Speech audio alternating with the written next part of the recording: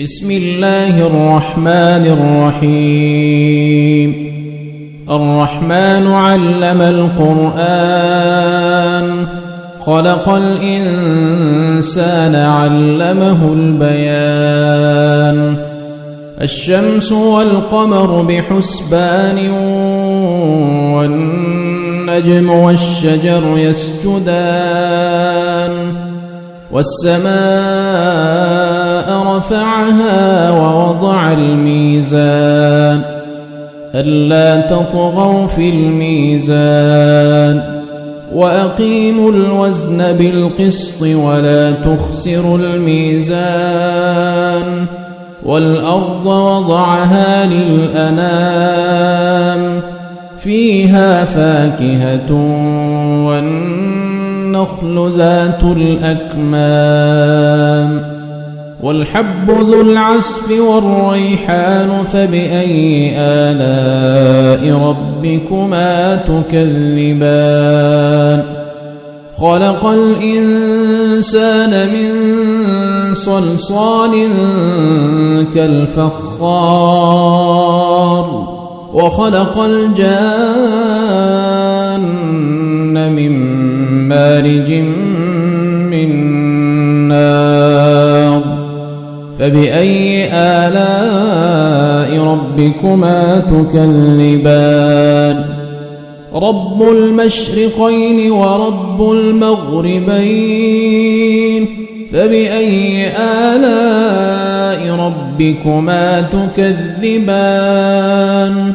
مرج البحرين يلتقيان، بينهما برزخ لا يبغيان. فبأي آلاء ربكما تكذبان. يخرج منهما اللؤلؤ والمرجان، فبأي آلاء ربكما تكذبان. وله الجوار المنشآت في البحر كالأعلام، فبأي آلاء ربكما تكذبان. كل من عليها فان، ويبقى وجه ربك ذو الجلال والإكرام. فبأي آلاء ربكما تكذبان. يسأله من في السماوات والأرض كل يوم هو في شأن. فبأي آلاء ربكما تكذبان. سنفرغ لكم أيها الثقلان. فبأي آلاء ربكما تكذبان. يا معشر الجن والإنس إن استطعتم أن تنفذوا من أقطار السماوات والأرض فانفذوا، لا تنفذون إلا بسلطان. فبأي آلاء ربكما تكذبان. يرسل عليكما شواظ من نار ونحاس فلا تنتصران. فبأي آلاء ربكما تكذبان. فإذا انشقت السماء فكانت وردة كالدهان. فبأي آلاء ربكما تكذبان. فيومئذ لا يسأل عن ذنبه إنس ولا جان. فبأي آلاء ربكما تكذبان. يعرف المجرمون بسيماهم فيؤخذ بالنواصي والأقدام فبأي آلاء ربكما تكذبان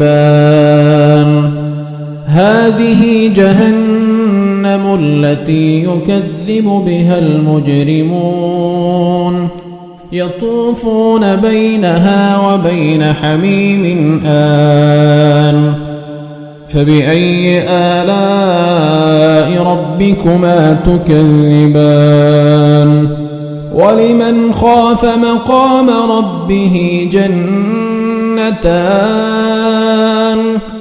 فبأي آلاء ربكما تكذبان ذواتا أفنان فبأي آلاء ربكما تكذبان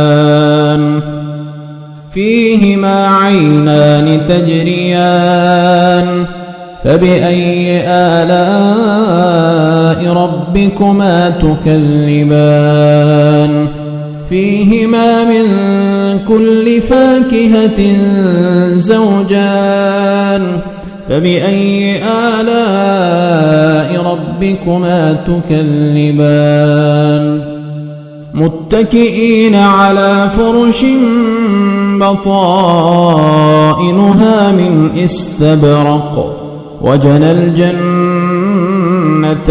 دان فبأي آلاء ربكما تكذبان فيهن قاصرات الطرف لم يطمثهن إنس قبلهم ولا جان فبأي آلاء ربكما تكذبان كأنهن الياقوت والمرجان فبأي آلاء ربكما تكذبان هل جزاء الإحسان إلا الإحسان فبأي آلاء ربكما تكذبان ومن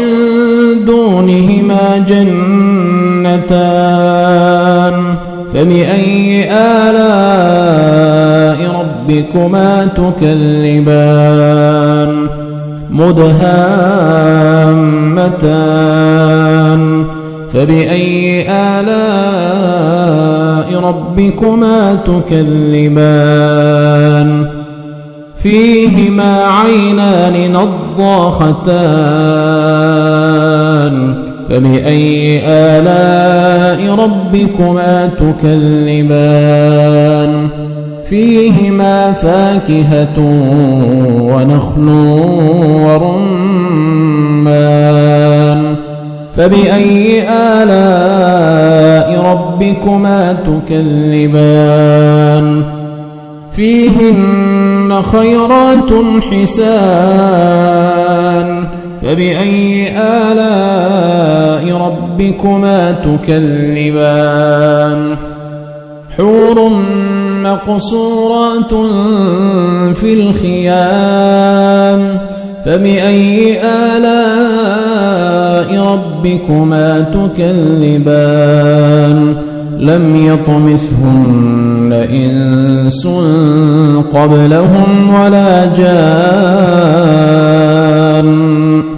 فبأي آلاء ربكما تكذبان متكئين على رفرف خضر وعبقري حسان فبأي آلاء ربكما تكذبان تبارك اسم ربك ذي الجلال والإكرام